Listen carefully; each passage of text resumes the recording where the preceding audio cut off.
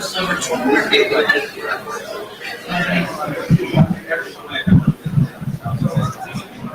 right, everybody ready to get started?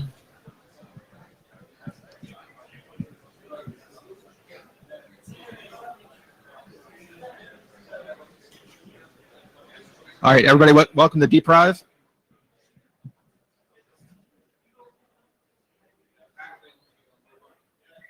Hey, Benno, can you start beating people up? No. Hey. All right. All right, everybody, this is Dprive. Welcome to Montreal. We have a relatively quick, relatively full agenda, so I want to make sure that we get through everything as quickly as we can. For those of you who know me, you've seen me here before. I have a new and improved stand-in co-chair. Let me know if you think it's better and or worse than having Tim up here.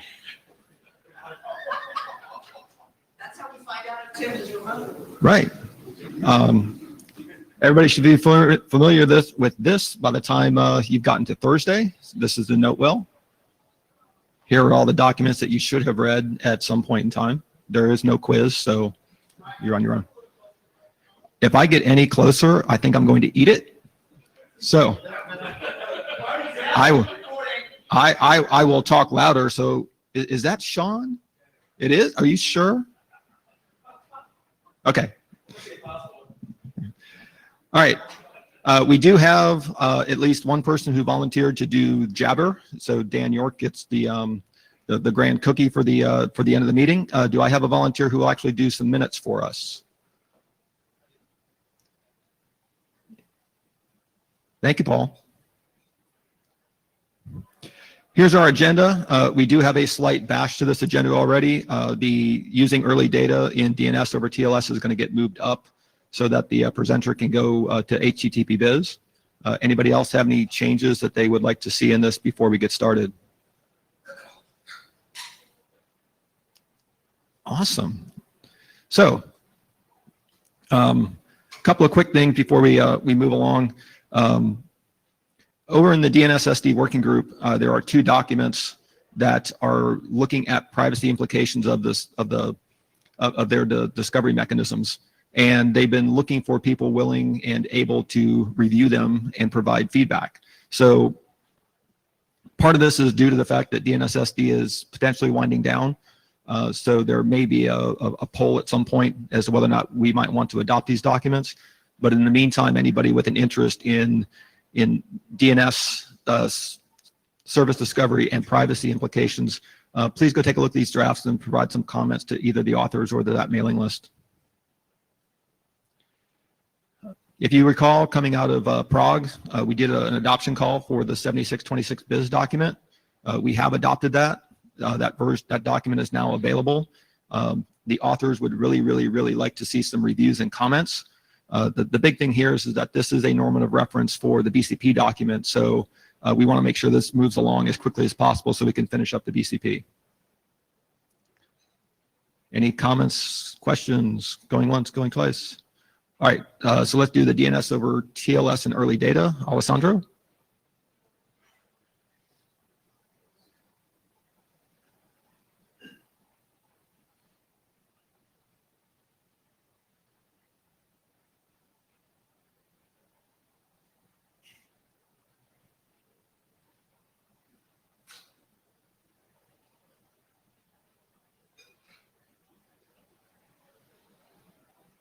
Hello. For those not aware, TLS 1.3 introduced a feature called Zero RTT session presumption, which allows clients to send application data before the TLS handshake has completed in order to reduce latency or whatever. This can be useful for DNS over TLS in cases where keeping a long-lived TLS connection might not be feasible. For example, on mobile clients where the network might be shaky, or on resolvers where maintaining a large number of connections to authoritative servers might not be feasible. However, this comes with caveats. Notably, the early data can be intercepted by on-path attackers and replayed to the server.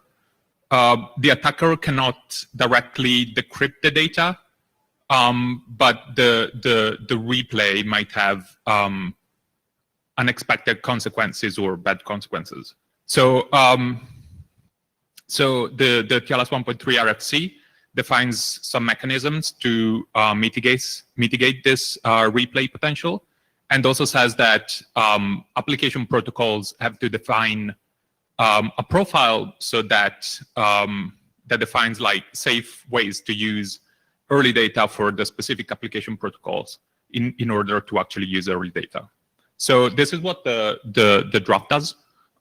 It's mostly based on RFC 8470, which is the using early data with HTTP, because most of the mechanisms are common.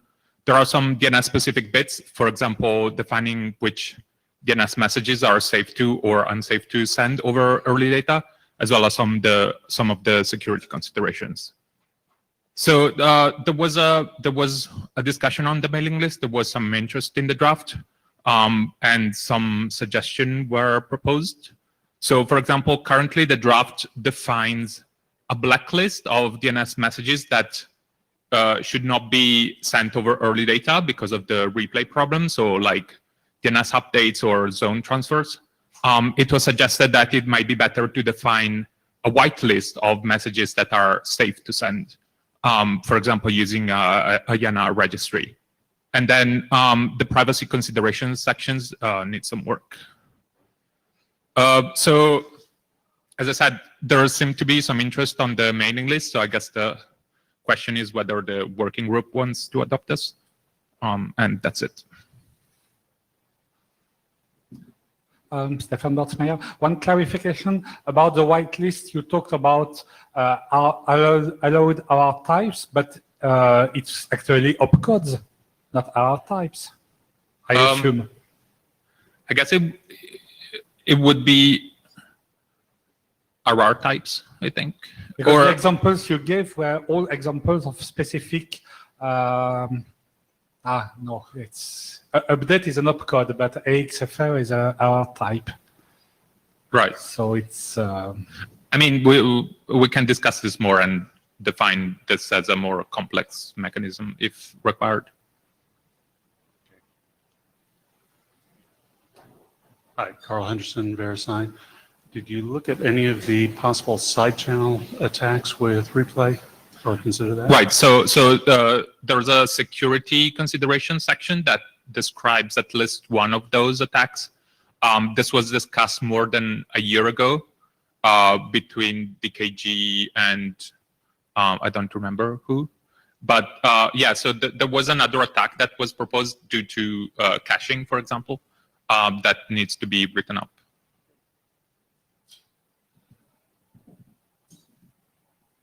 So how many people in the room have actually read this document?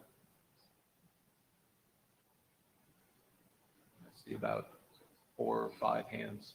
Okay. So what we'll do, Alessandro, is solicit some more reviews, and we can do a call for work group adoption on the mailing list. Okay. Thank you.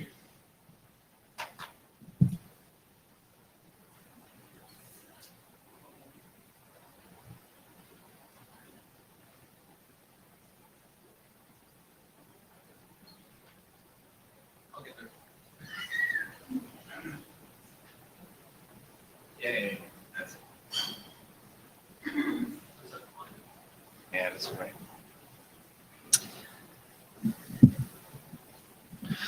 All right, this is an update on the DNS privacy operations BCP.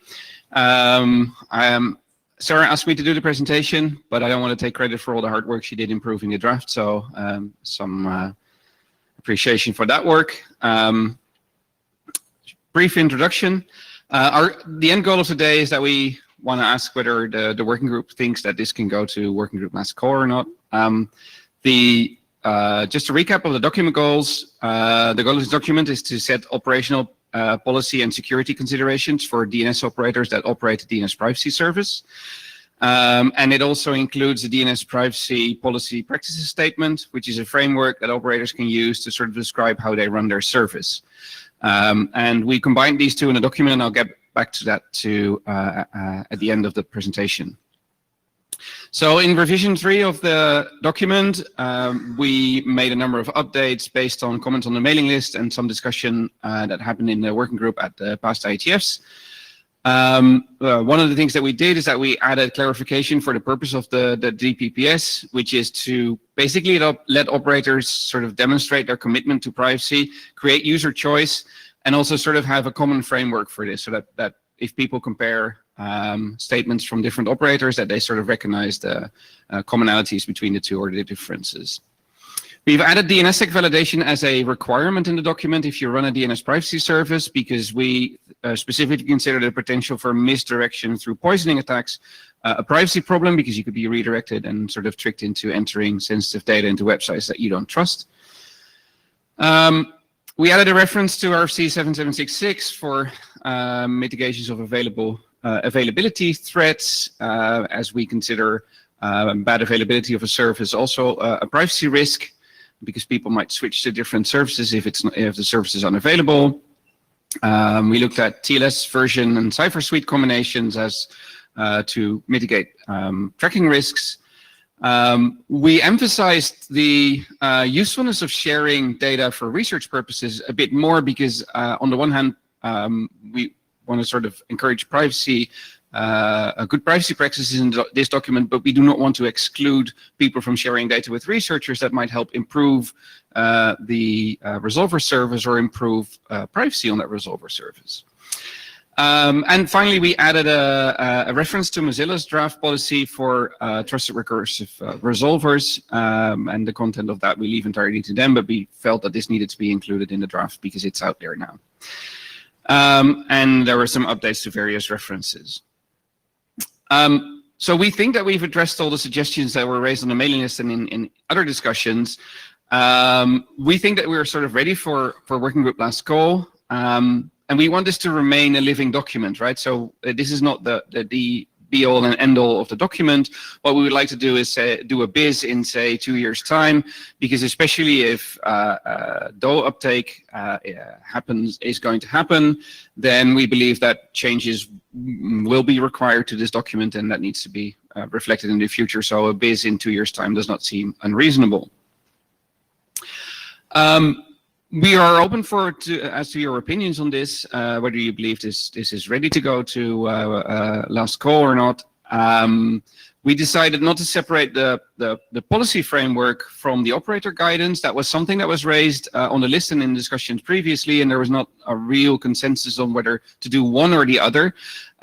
So we debated this between the authors, and we decided that we would rather keep it in the same document, because we believe that as the document sort of gets updated over time, that the operator guidance and the DPPPS, sorry, need to be sort of updated in parallel. So separating them into two documents is just going to be sort of an administrative nightmare. And that's it. Any other things that you would like to discuss, please come to the mic.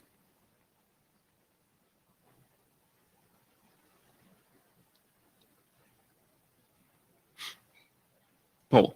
Paul Hoffman, very briefly. So we heard yesterday from somebody on the Chrome team that they're also thinking of doing a TRR and such like that. Maybe we wait for last call until we get some more clarity on that. It would seem funny to have the Firefox one and not the Chrome one. Don't know. And we could be waiting forever, because Firefox one is also still a proposed scheme, not necessarily the one they're using. So I don't know if we want to wait on that. I'll just say that TRR seemed to be like a flashpoint for a lot of people. So us being early and then waiting a few years might be funny. Don't know. Yeah. So I kind of agree with that including one and not the other would be weird. But given on the comments that the Chrome people made in the discussion, I don't think that they're actually going to publish something that is sort of a policy on what they want to do. They basically sketched what they plan to do, but it's not really a policy yet. I don't know what would happen internally within Google before that becomes a policy. I don't know if you want to wait for that. But it's a good suggestion. Any other issues that people want to raise? Because it feels like I'm giving the chairs a lot more time to do other stuff. Yeah.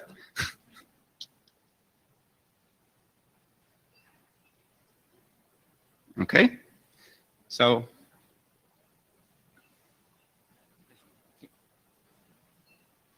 So just to follow up on this one a little bit, how many people have read this latest version of the BCP? Oh, good, about a dozen or so. Excellent. Do people have any concerns with us actually getting ready to start a working group last call on this document? Essentially what Tim and I have been thinking is, hold that hand wave for a second, Paul. Part of what Tim and I have been thinking of is trying to get this document and the 7626 biz document moving because of the essentially the benefits of getting these things out given with the existing standards. So so what I would like to do is encourage people to read both the 7626 biz document and this document. And Tim and I are going to discuss when to start a working group last call on this. And if you have concerns about doing a working group last call, we'd love to hear about it. Any other comments on this one before we move on? Okay. Pallavi?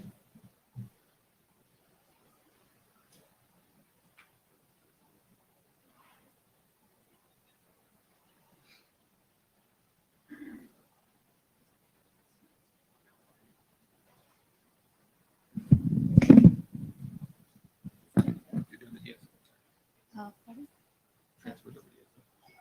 No, TLS. Zot.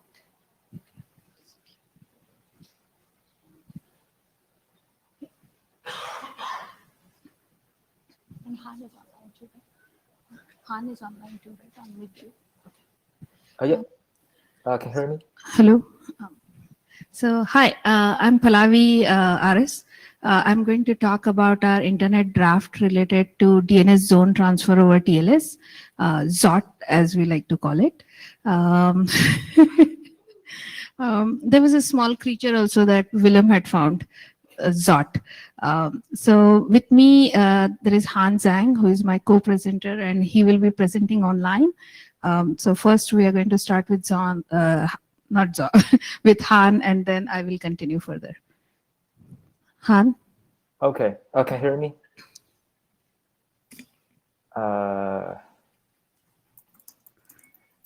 It's your first slide, Han. Yeah. Can you hear me? Yes. Okay, cool. Yeah. Thank you, Pallavi.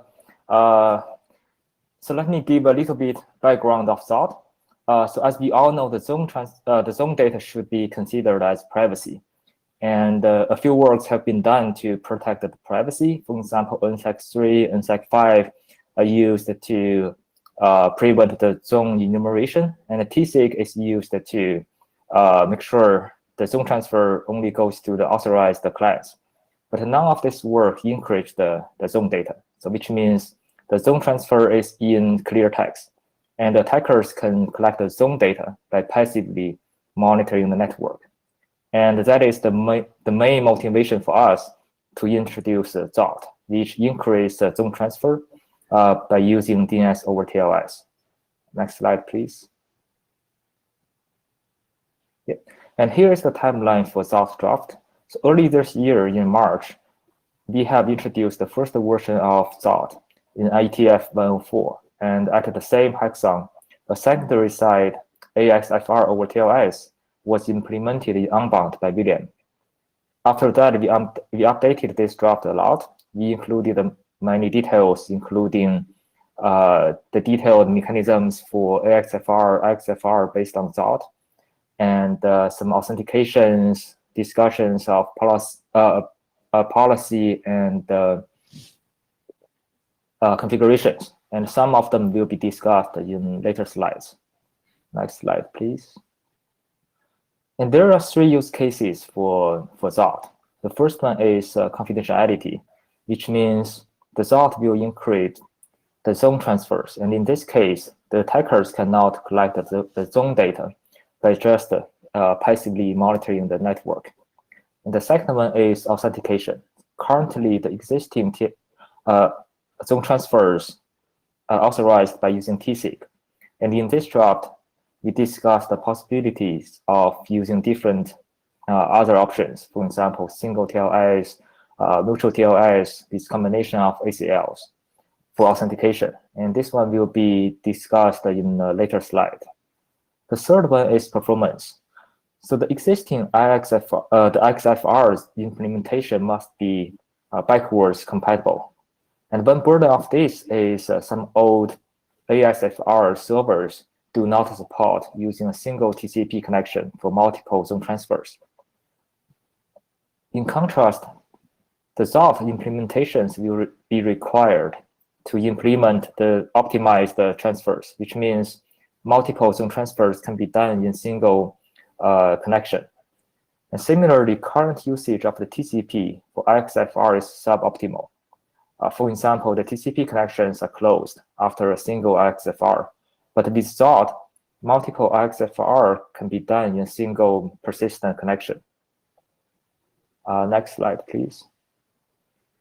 And now let's look at the comparison between the existing AXFR mechanism and the ZOT-based AXFR.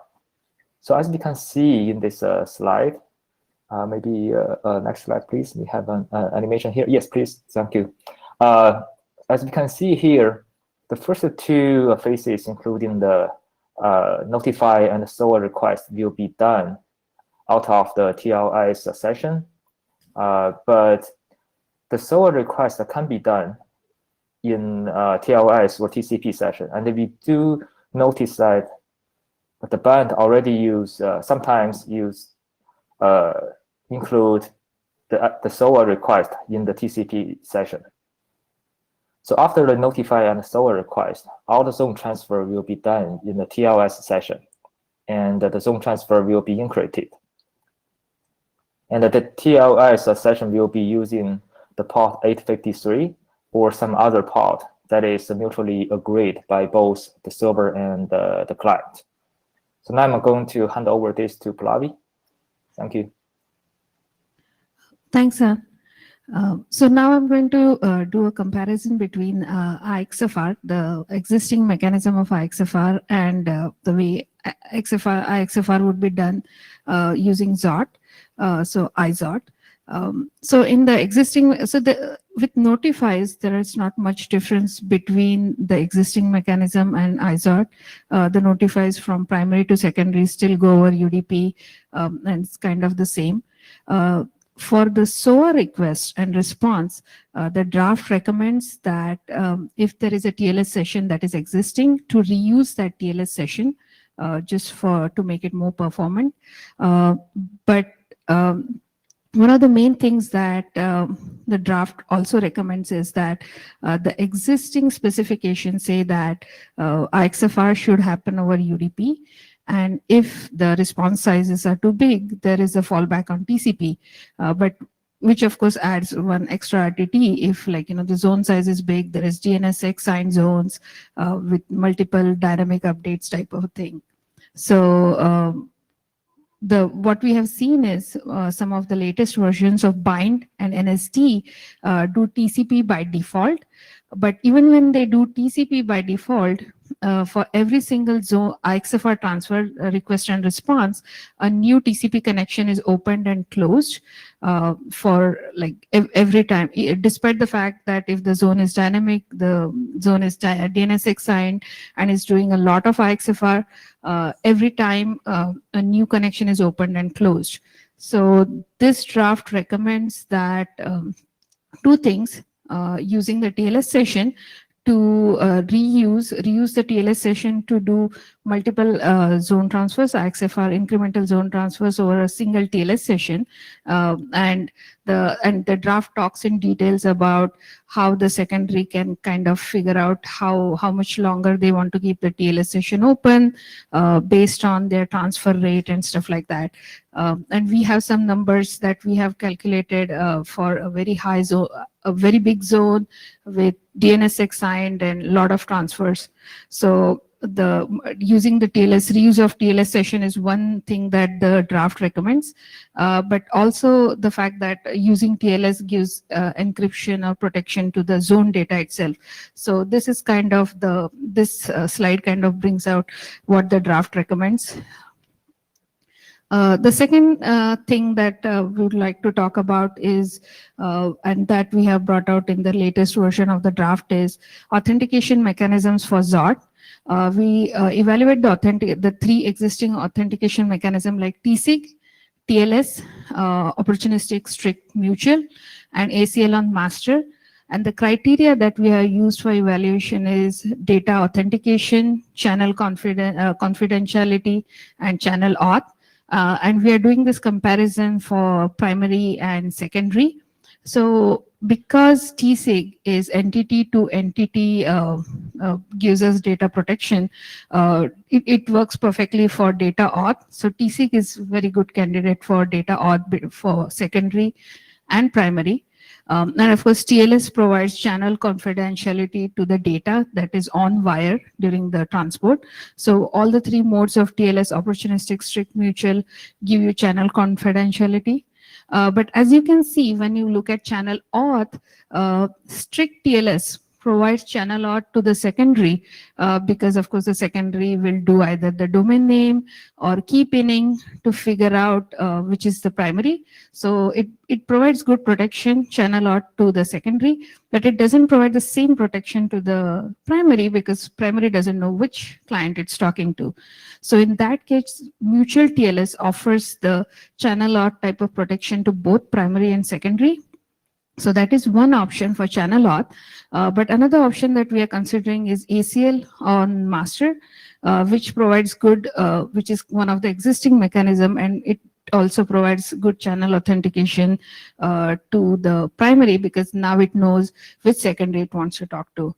So the conclusion of this analysis is that a combination of TSIG, strict TLS, and ACL on the masters kind of fulfills all the three criteria that we have set for the authentication, and we can get that with like reasonable overhead.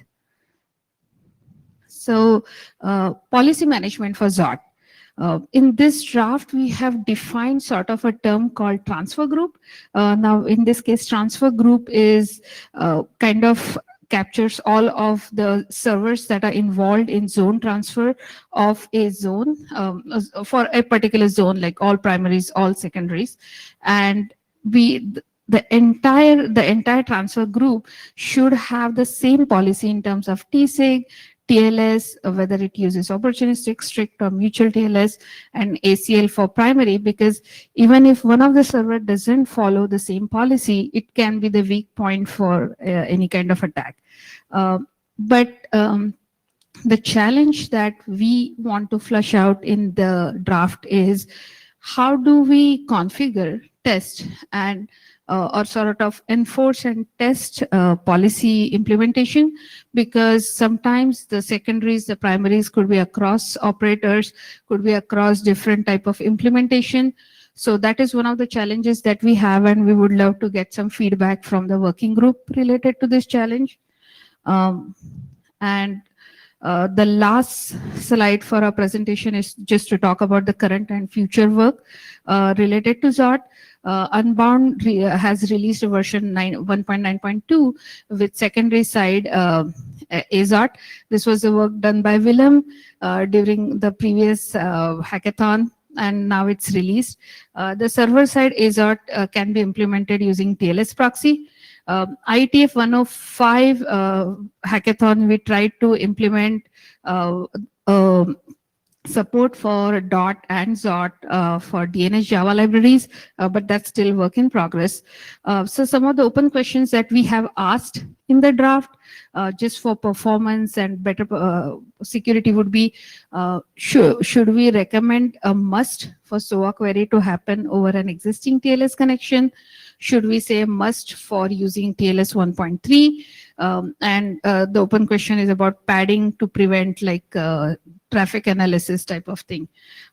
So our next request to the working group is to review this draft, and we are calling for working group adoption. Thank you. We are open for questions. Wes Hardiker, ISI. I'm sorry, I haven't read it in detail. I've at least skimmed it fairly well, and I like your presentation. I'm glad this is being documented. I think it's really good.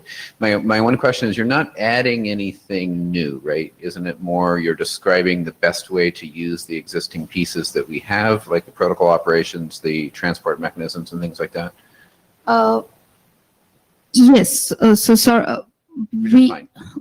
So we kind of are giving the recommendations of how to use some of these existing things like TLS, DOT, but to do more performant XFRs or XFRs. Yeah. So I guess my question then would be, I'm wondering what the right status for the document is. I think it's currently listed as proposed standard, but it's possible informational or BCP doesn't make sense because it's not really long running. We always struggle with that. Yeah. Willem will take. Yeah, so I'm also co-author on this draft, so I want to reply to you to this question too. So this is also an opportunity to improve on existing AXFR.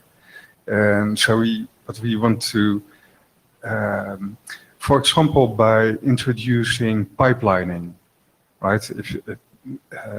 Han pointed it out already, but currently, if you have a lot of incremental transfers, current implementations will open for each incremental transfer a new TCP session.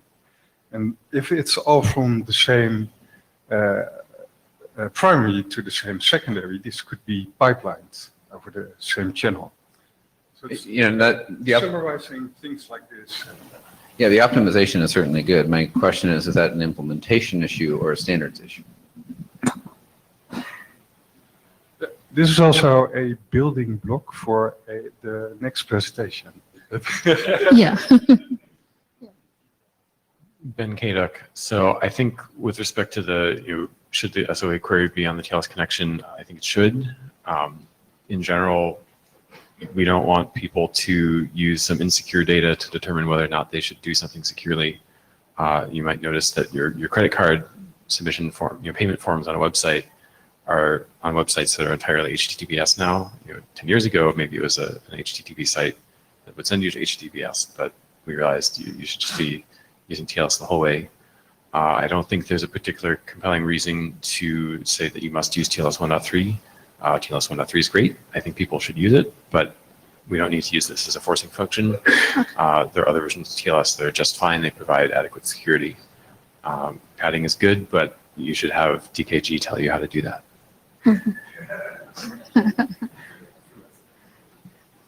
Roland Fresick and Knowledge Labs. Can you go back to slide 9? I think it was slide 9. Yeah. Yep. So one thing I was wondering, and maybe this is a minor consideration, if you keep the session open for multiple IXFRs, then to an observer, they suddenly see that there is a relationship between the primary and the secondary, because to keep that open, it's going to send sort of keep live messages. So there'll be a persistent sort of stream of messages going on that channel. And maybe that is a consideration as well, because if this is ephemeral and you have a connection that sort of happens once in a while, then an observer needs to sort of constantly observe that. And otherwise, by looking for a short time, they can see that there is this traffic going on that they can always observe. And that might be something worth considering. I don't know if that's a real issue or not, but it's something to think about. Yeah, thanks. Willem, do you want to talk about that? Willem. So Daniel, relaying for Alison Menken, she said, another co-author here, this is an update of the existing proposed standards. I see this as a natural proposed standard. And she also said to say that do this with confidentiality and not without.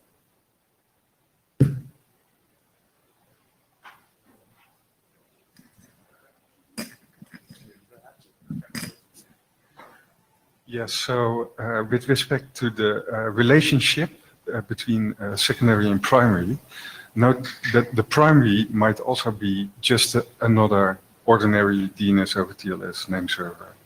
So it could just be a step client resolver that's having a connection live to the primary. This is Daniel Kahn-Gilmore. So thanks for doing this. This is great. I'm happy to see it happening. Thank you. This is actually related to the Alessandro's presentation, because if you whether you need to keep the session open or not depends on whether or not you're capable of going ahead and spinning up another one rapidly, which the zero RTT would be useful for. So particularly if you say, do this with TLS 1.3, then you can do your IXFR, and as you do it, you get the PSK that you would use to do the zero RTT, and then when you're ready to send the next one, you just do the next one. You can think of multiple TLS 1.3 sessions that have that do it, where each one starts with a zero RTT based on the prior PSK as sort of one continuous TLS Chain connection. sort of. Yeah, and then you don't need to have the intermediate traffic that was raised as a concern. If you can go back to the final slide there, or what the final slide, that one. So you ask about padding. I do think that it would be useful if we're trying to defend the confidentiality of the data to think about padding, but not just to think about padding, but to think about framing. Particularly for AXFR and larger IXFRs, you're likely to have a number of different records. And as you write those records, depending on what stack you're using, the framing of the writes themselves may be visible on the wire, either in the timing of the packets that are sent or in the TLS frames, right? Like if you just write a blob into a TLS stack and you haven't corked it, then it's likely to send that out as a TLS record on its own. So even if you're doing it as fast as you can, if each record comes out as its own TLS record, then it's visible on the outside on the wire. So you want to think. I would recommend that you do include guidance, and I do think that this is part of the spec. I do think it's worth putting in the standard. Yeah. That you want to, if your goal is to defend against somebody looking at this and telling something about your zone, you need to think about the framing of the TLS records themselves. Yeah, so in the security consideration, that's what we are saying, that should we use padding so that somebody cannot guess the size of the zone? But this is another consideration too. Thank you. Wes at ISI again, yeah, +1 to that. That was excellently phrased. With respect to the should must SOA query, I would say it must be TSIG protected, right?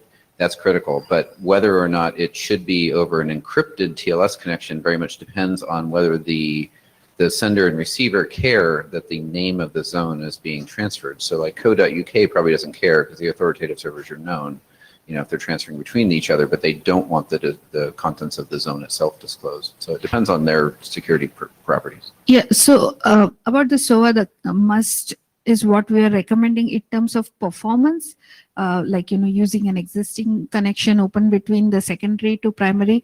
So that's where our idea was about the must, not in terms of security, what you mentioned. So it was just kind of performance enhancement type of thing, but yeah.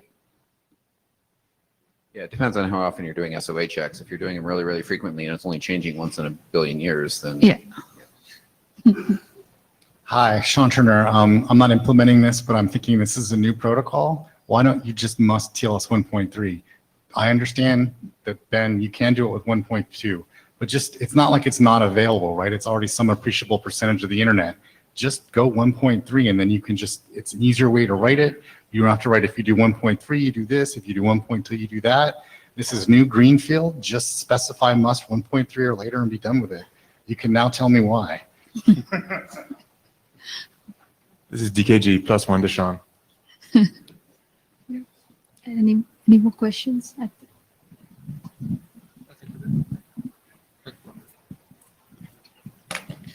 right, the next presentation is going to be from Sarah, so she's doing it remotely.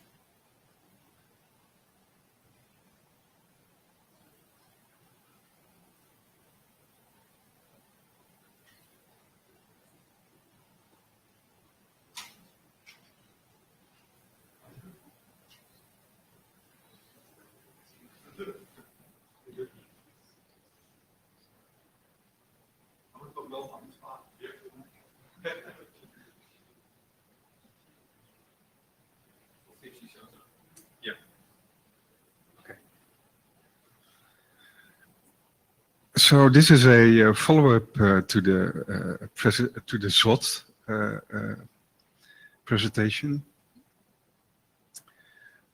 ZOT solves many major problems for privacy of zone transfers, but it still depends on bidirectional exchange for notified triggered incremental transfers. And ZOT is still therefore a polling mechanism for incremental transfers, but there's potential to use in this mechanism a subscribe and publish for zone updates. So what's the ZOT? It's DNS zone transfer encryption using the DNS stateful operations, or DSO. DNS stateful operations are a protocol in which built upon stateful connections that are kept open, and there's where for persistent stateful sessions, so to say, and DSO uses a new opcode to convey new type of messages besides the ordinary DNS queries and DNS answers over DNS stateful sessions. There are three types of oh, Sarah's already there? Okay, Sarah. Oh, now she's got.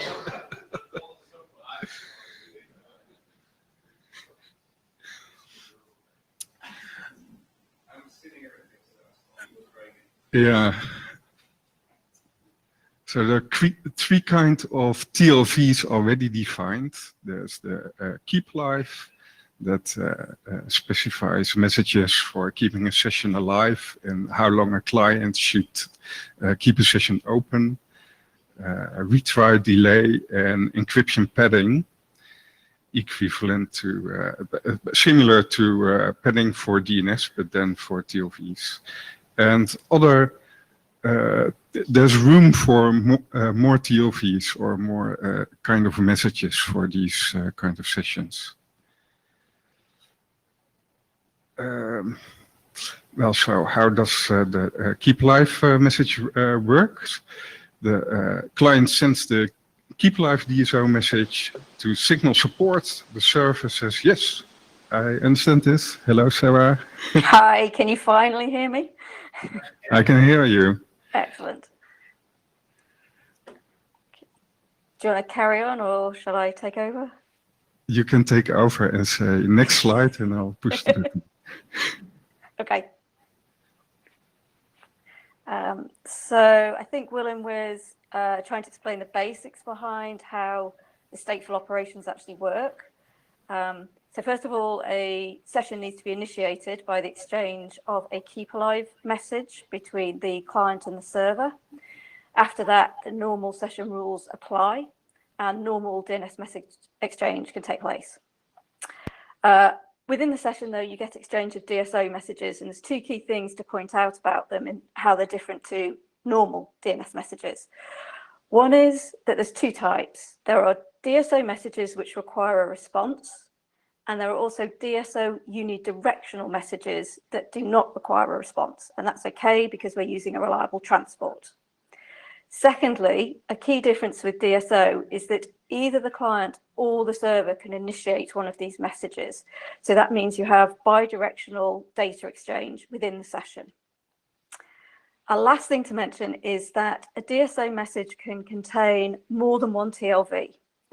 The first TLV found is called the primary TLV, and that dictates the operation that's actually occurring. But there can be additional TLVs that supplement that operation. So what you can see from this is that the TLVs in DSO messages can be used in several different contexts. Next slide, please. So the key thing is that when you specify a TLV, you have to say precisely which context it can be used in. Next slide, please. So the easiest way to do this is to develop a matrix like this. So we have messages which are initiated on the client side, which are shown in the left panel here, and messages that are initiated from the server side in the right panel here. Next slide, please. And in each of those contexts, you separate the two ways a TLV can be used. So in the left box there, we're saying which contexts a TLV can be used in when a client initiates a message. Can it be a primary TLV? Can it be used in a unidirectional message? Or can it be an additional TLV? And in the box on the right, you specify in the response to that message whether the TLV can be a primary or an additional. Next slide, please. So what you can see here is that the keep alive TLV, for example, can be used in a message response pair where the client initiates a DSO message with that as the primary TLV and the server responds with that as the primary TLV. However, it can also be used in a different context where a server sends a unidirectional message just to the client. So there's a lot of flexibility in how the TLVs can be used. And as I mentioned earlier, you can see here that padding, for example, is always an additional TLV. There is no sense in using it as a primary TLV. Next slide, please. So the major place today that has used DSO beyond the base specification are drafts that have come out of the Service Discovery Working Group. And the one to draw your attention to is called DNS push notifications. And the motivation for that draft is that clients can be asynchronously notified of changes to specific DNS records. So this is effectively a publish-subscribe model for specific RR sets. It's also used in a couple of other places, the proxy and the relay, but the push is the one relevant to this work. Next slide, please. So we actually owe the push notifications draft a huge debt because we've built directly on top of all the concepts there. We've simply extended them so that they can work for publish subscribe of entire zones. The reason we wanted to do this is because we thought this fulfilled a number of use cases that went beyond what normal ZOT can do. So obviously it ticks the box of confidentiality because DSO can use TLS. DSO itself doesn't require TLS, but anything building on it could, in theory, require TLS. We think there's additional confidentiality gains because the mechanism could eliminate the notify SOA queries or do equivalents of them always within the DSO session. We think there could be security advantages because we can do bidirectional communication within a single client-initiated connection. And this can simplify firewall setups if you have an untrusted network around your secondary. We think we could potentially improve the performance because we can reduce the total number of messages.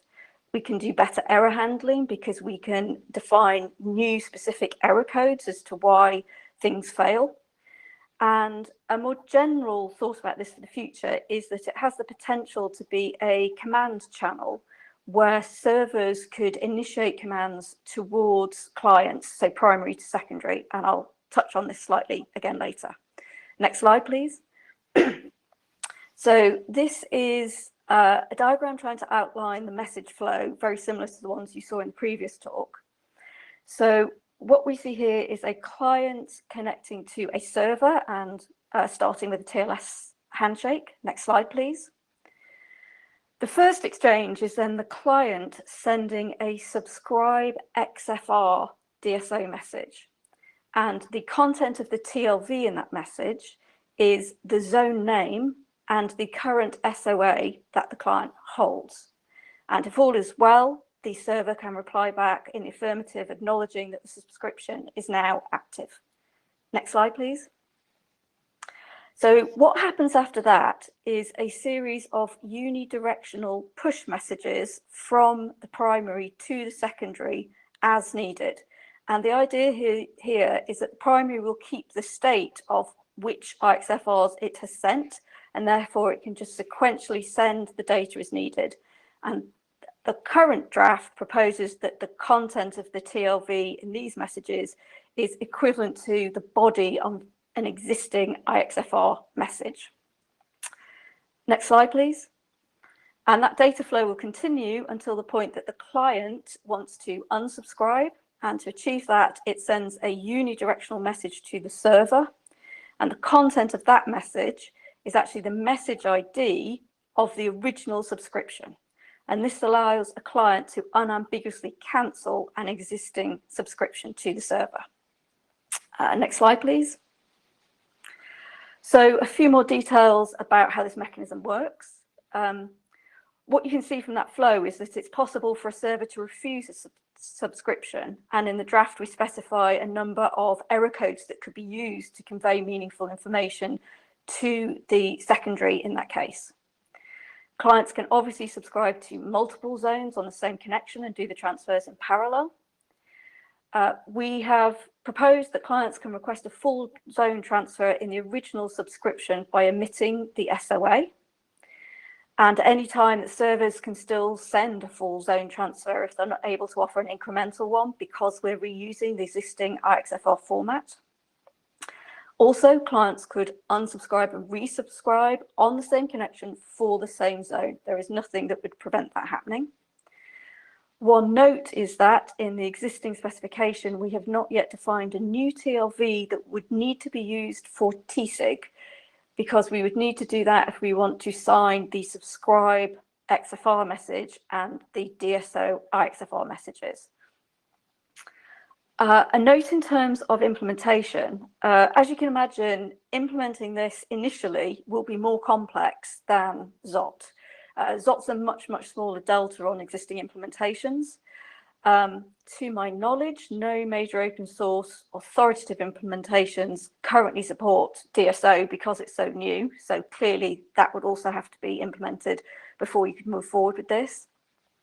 But I hope you can appreciate that if you did implement this, you can see that the actual data flow is much cleaner, and the whole mechanism is much more naturally extensible and flexible, and would certainly be very suitable for zones where you have a very, very high rate of IXFR, something on the order of seconds, for example.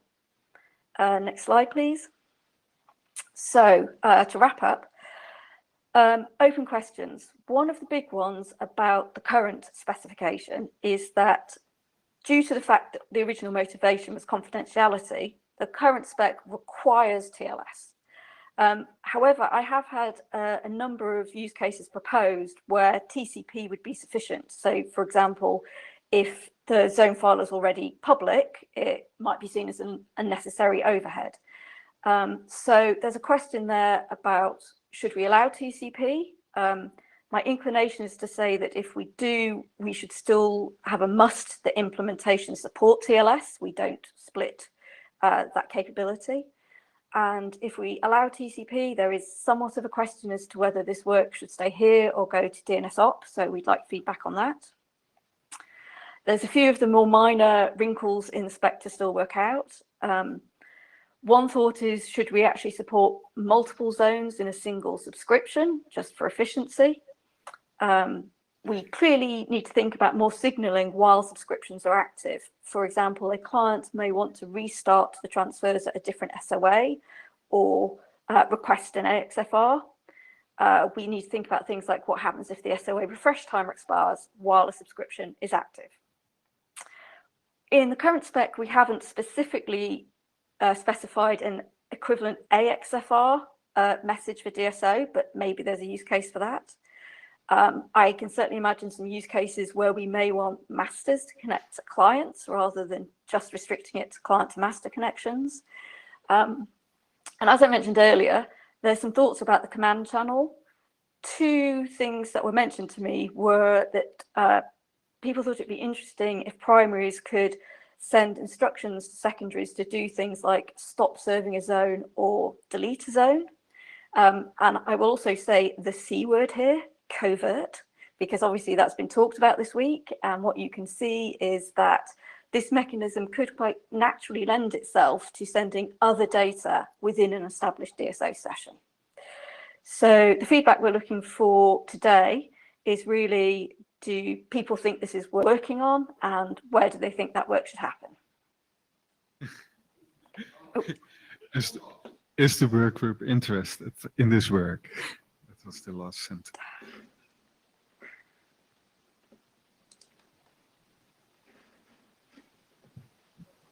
Any questions? I think, yes, there is interest in the work. I think this aligns a lot with stuff that came up in the last DNS op meeting, all the discussions about finding a new way to do zone transfers in order to support the requirements of covert and note and things like that. To answer a couple of Sarah's questions, I think while it would be fine to require implementers to support TLS, I don't think it should be required in the operation of it. I can think of a few cases where I'd like to use something like this purely as a performance optimization, where the data is already going over either private networks or there's encryption at a lower layer on the network already, and the TCP or TLS would just be an unnecessary overhead. So yes, I think this is a fantastic idea.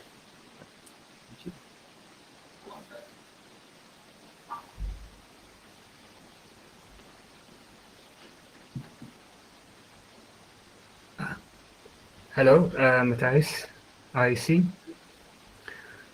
Also going into the questions, should we support multiple zones? I think the answer should be yes, almost. Thinking about cases where people have hundreds of zones, thousands of zones they host, like bulk hosting. And that would be a lot of subscriptions to maintain if you have to have a separate subscription for each zone. About the order types, I think there's a need for order messages, like you mentioned, the refresh timer. I could see that being a different DSO message. And then there's additional features like command channels and covert. But you should really think about the scope of the document, and probably those will be separate drafts, in my opinion. And finally, I would say, obviously, I'm supportive of this work, so I think it should be adopted.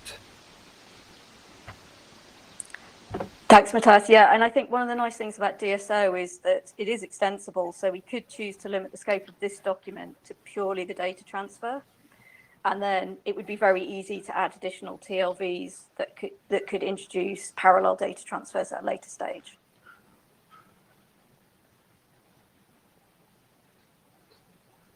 Ted Hardy speaking. I just wanted to go to the point that you were asking about whether you should move from requiring TLS in operation to requiring TLS in implementation, and to argue that that's probably the wrong direction. Some time ago, the IETF made a generalized analysis of this and said that we want to move as much as possible away from clear text and to move to a situation where, even in cases where it might be permissible to run an unencrypted session, we want to increase the total amount of encryption so that it is expected that everything is encrypted.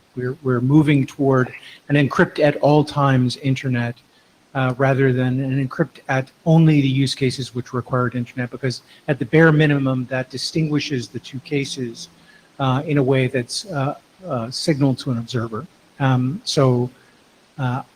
I encourage you to continue with the requires TLS in operation as the draft currently has, rather than relaxing it. And while I realize that there are cases which people have enumerated where there might be closed networks or other situations where TLS is simply a small amount of additional overhead, I believe in modern implementations that overhead is sufficiently small, and the advantage of keeping to this, always doing it the same way, sufficiently large, that I encourage you to keep it as it is. Thank you. Petr Špaček, CZNIC. As one of the authors of authoritative server software, I think that we badly need a new transfer protocol. That's a good idea, but I don't think that it should be this one, because it's a lot of work to implement, and I think for the transfer protocol itself, it doesn't go far enough. So we should do like proper transfer protocol analysis and not just say, well, this is how you encapsulate the old transfer protocol in new headers and that's it.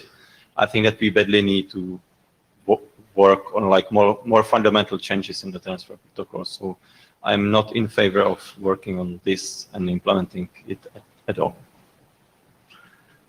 Well, it's almost just existing transport, right? It's only introducing the DLVs to convey meta information about the zone transfer. Yeah, exactly. And that's what And this I is believe is not worth the effort.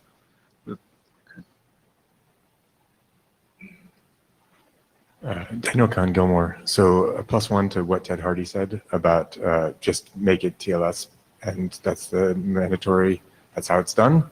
I don't think the cost is too high. I will note, if it's not TLS, then it's not clear why it would be in Dprive. It's kind of an interesting situation. And secondly, I'm a little puzzled by the use of TSIG within this when you have as an established secure session. We talked a lot about this in the web packaging side meeting earlier this week, but the relationship between the transport model of authentication and the object model of authentication, which DNS is super used to using, is unclear, and here you've got this weird mix of things. So I'm not sure what you get from the pairing, and it just feels a bit like a mismatch, and I don't understand it. So TSIG authentication is end-to-end authentication of the primary and the finally receiving name server that will serve the zone. So there could be a number of proxies between them doing that, so to say, or talking over TLS, right? And you have to trust all these, without TSIG, you have to trust all those proxies that they convey the data. Yeah.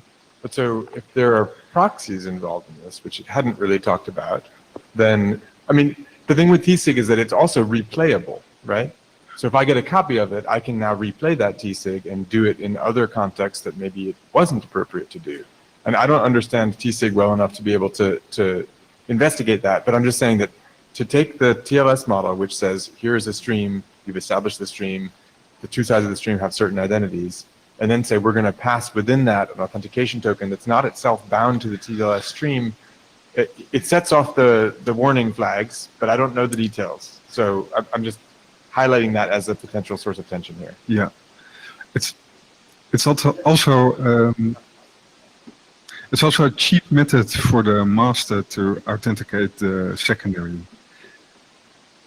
because otherwise you would need to have mutual TLS authentication, which is inconvenient, right? Or people consider that. But if you were to go to the TLS working group and say, we need a way that we're trying to do something like this in DNS over TLS, and the server needs a way to authenticate something about who the client is, then you'll get answers that are very different from TSIG. You'll get answers that are bound specifically to the encryption channel that is in use. So anyway, I'm not going to design at the mic here. I'm just pointing out that I feel like there's a mismatch here and something that we should think. Okay. I would like to do the same thing. So there's a common operational paradigm for zone transfers is I trust you to transfer this zone, and I don't care where you transfer it from. So mutual TLS authentication is inconvenient in that case. All I would care about is that we've negotiated TLS so that it's encrypted. And I don't care where you're negotiating it from, so I don't need to validate that your certificate matches your host or anything like that. In that case, having TLS for the encryption, but TSIG for the client authentication would be useful. Note that the zone checksum draft that we're offering also kind of solves that problem. So while Flavi's getting up there, I'm going to cut the mic line at Ben, maybe? No? No. Okay. So just as we, so what we mentioned in the data auth during the ZART presentation was what TSIG does, and which applies equally to the ZART piece also, is that what TSIG would do is whatever the primary is saying that I'm going to send you in terms of the XFR response, it will take that data, whatever like 2 RRs or 3 RRs, and it will do a hash on it, sign that hash using the shared secret, and then send it to the client so that the client knows that once I verify that using what shared secret I have, he did mean to send 3 RRs and I did get 3 RRs. So it's kind of like, you know, the data itself also gets authenticated from both sides, not just the TLS, not just encrypting the data, but authenticity of the data itself. So that's what you buy with the TC.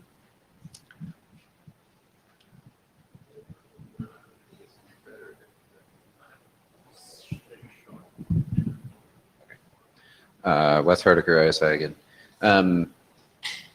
So correct me if I'm wrong, but there's two halves of this essentially, right? There's one half of this is how we want to do, you know, secure push notifications and stuff. The secure and the push seem to be totally independent. There is nothing in the document that requires TLS in terms of functionality. There's a requirement we want to do it in Dprive and we want it to all be encrypted. Great, but the push notification side, this seems like completely the wrong working group, and it should really be in DNSOP. All you really require is a streaming transport. And, you know, being able to specify in DNSOP, we need a streaming transport. Oh, and it must be TLS 1.3 is just fine. But I want the experts in the DNSOP group to, although I keep looking around and they're all here, but it still feels like the wrong place. Okay. Hi, Puneet with no hats on. I think I'm echoing Peter Spasek's comment that there seems to be a general need to redesign zone transfers. So I'm also in favor of starting from scratch and looking at the requirements for zone transfers and then building on top of that rather than trying to retrofit. And the other observation on complexity, this assumes that DSO is also implemented, which is a fairly large spec. So I think to get to this point would require an implementer to do a lot of work. Okay, thank you. Yes. Okay.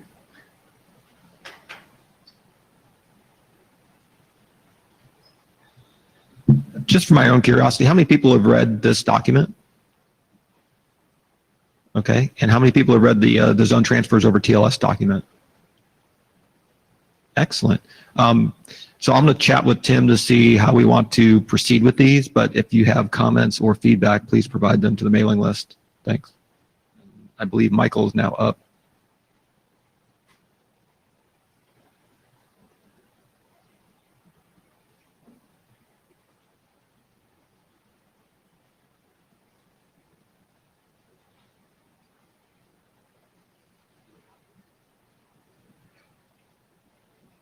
That's not it. That's it. I got a clicker. Does it work? Okay. Okay, not for me. Clicker doesn't work for me. All right. It's a treacherous computing module. Hi, my name is Michael Richardson. I'm here mostly talking on behalf of Tiru and Dan, who couldn't come to this meeting. I get roped into this because they decided to incorporate my protocol into their stuff. So what this is about how your, let's go to the thing, what we're talking about. Document has advanced a bunch, okay?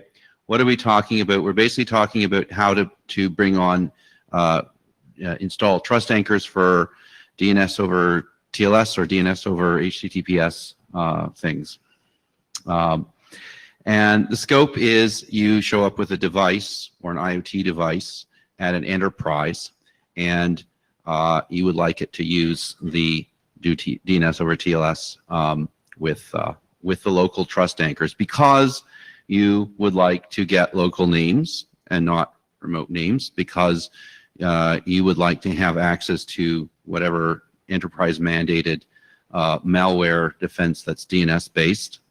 And we have a new use case, which is particularly care, is that we have this manufacturer usage description MUD files, And this is essentially a mechanism by which IoT devices can express, here's a white list of traffic and communications that you should expect me to do. If I do anything else, I'm compromised, and please act appropriately. The problem is that we'd like to write those ACLs in with DNS names and not IP addresses, and you may have noticed that firewalls mostly don't speak that at the low level. They need IP addresses to do enforcement. And the only way that works is if essentially the request for the DNS name that the firewall does and the request that the IoT does essentially resolve through the same resolver. Otherwise, we get into all sorts of geolocation and all sorts of other DNS things that happens with cloudy things. And the result is the firewall has a different set of addresses than the IoT device in terms of what goes on. There's also some efficiencies. If they turn out to both go to the same resolver, then it's already cached, and there's some other things that you can do, and it reduces some of the stuff. So this is about how do we get this to happen. So there's a couple different ways that described in the document. The document describes 3 or 4 different ways, and there's another document, I believe it's Thomas Fossati, that talks about doing this in DHCP v4 in a slightly different way than we've described, and I'm actually not qualified to tell you the differences at this point. But if you do this with an IoT device or an enterprise router of some kind that's running the Anima Brewski process, then essentially what happens is then that process, their device enrolls into a enterprise PKI, and when that device does that, well, you get the trust anchors. That's the whole point, is you are now a device on the network, and you get to trust other devices. And so now the only real question is, what's the name of the DOT or DO server, and how do you look it up in the certificate? So it's actually really easy in that case. There's almost no moving parts to add. If you are bootstrapping a desktop-ish kind of machine into this PKI, then you're probably going to have some kind of, if you use EST, which is RFC 7030, to do certificate enrollment for that device, then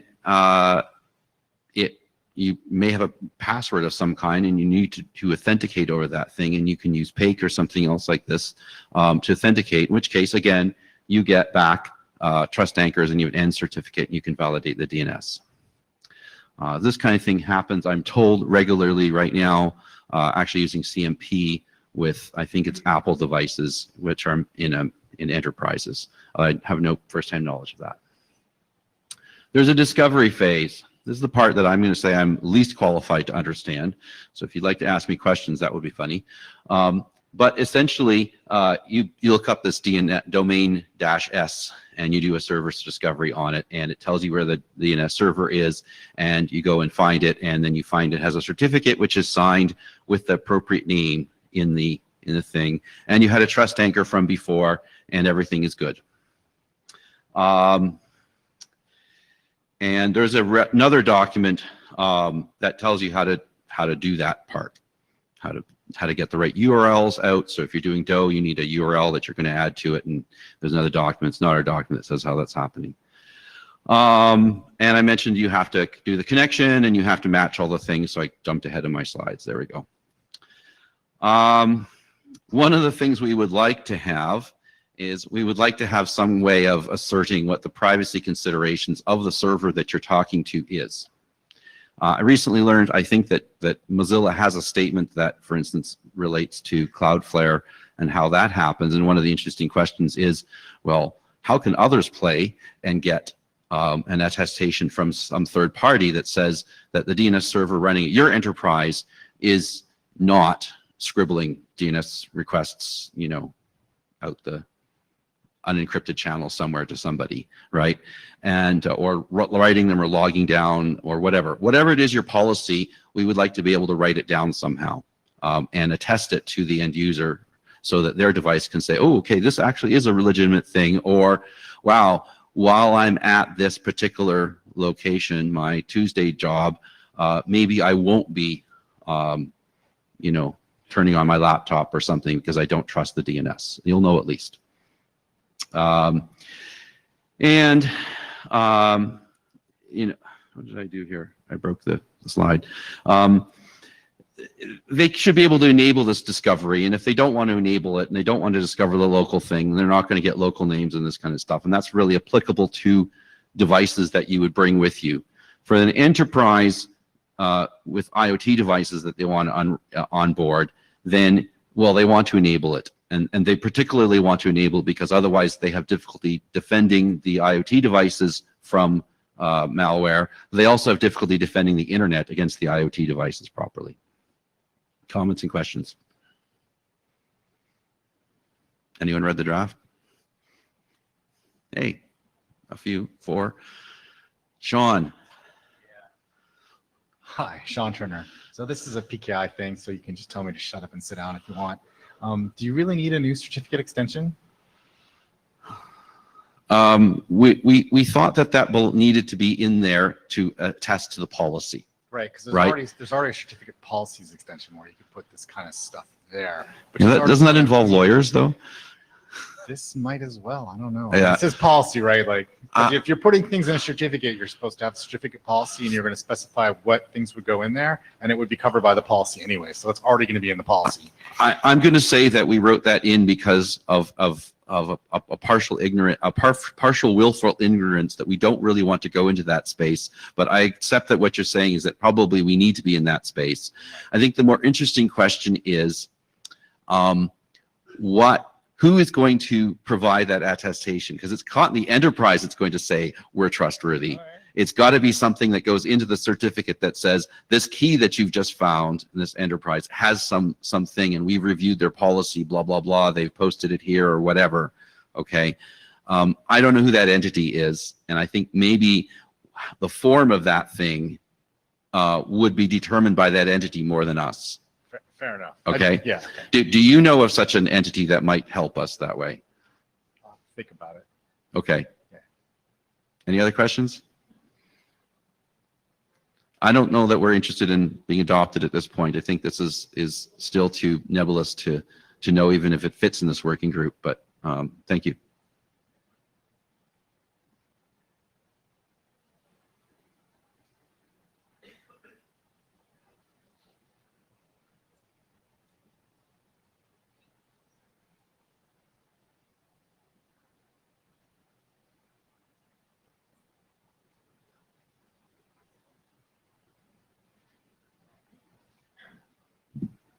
All right, I'll be quick. I don't have much for slides. Three of us put out a draft for authoritative operational considerations for running authoritative dot. We put out the draft right before the deadline, and I think we've already published the 01 version.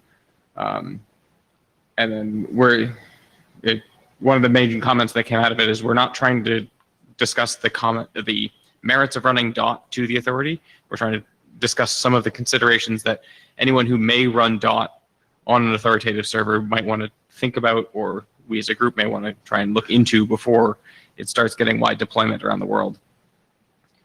Here's the list of the key topics that we talk about in the draft, mostly focusing on things that we see as mostly different for someone running an authoritative versus a recursive, where if a recursive goes down, the end user may choose the secondary recursive, but if all of your authoritative servers go down, then domain's going to be unresolvable anyway. You can't pick a new authoritative for it. And then like system tuning, it includes TLS parameters and monitoring and TLS parameters and how you may want to tune the system for like resumption and renegotiation and how you divide the traffic between different systems. The current status of the draft is like I said, we put out the 01. We have a couple more items from the list from some of the comments and feedback we got already. I pushed a new update to the 1.1 section of the draft that we'll try and get out in the next couple days. And then we have a couple more things to address from the comments we got already, but we should be done with that fairly soon. We're looking for any other people that want to comment on it, have questions, and then potentially even being adopted by Dprive. That's all I promised Tim we'd be quick. That's all I had. So we do have a couple minutes. Does anybody have any comments for Tim and the other authors?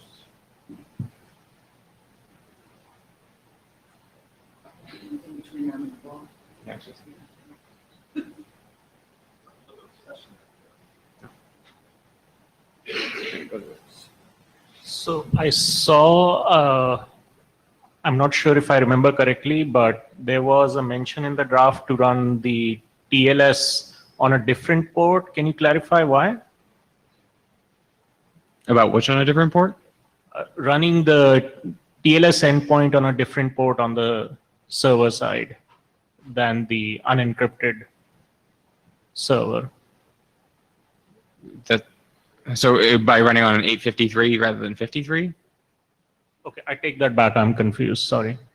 Okay, we did leave it open for one of the considerations in there is whether or not, or we trying to be able to figure out how to do let the recursive find the authoritative server through some sort of communication pattern that doesn't currently exist, where if you're a client talking to a recursive, either the client configured it or it's configured in the application or something like that, where there's no current mechanism for the recursive to go and find the authoritative. And one of the things there is the port number of 853 is in the DNS server TLS RFC, but it's not mandated to be that. It's just I'm trying to remember the wording. I thought it said it's 853 unless configured, mutually agreed upon to be otherwise.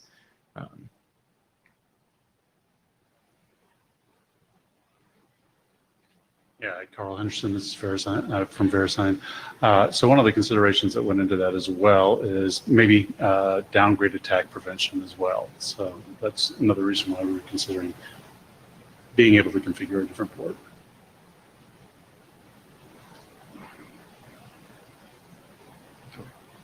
Thanks.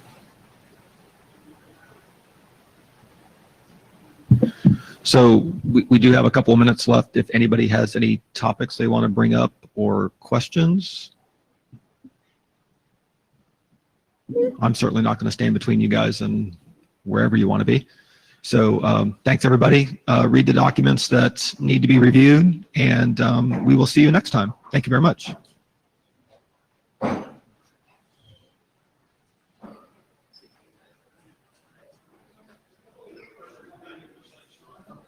Whoever has the other blue sheet, or anybody who didn't sign the blue sheets, come to the front and sign the blue sheets.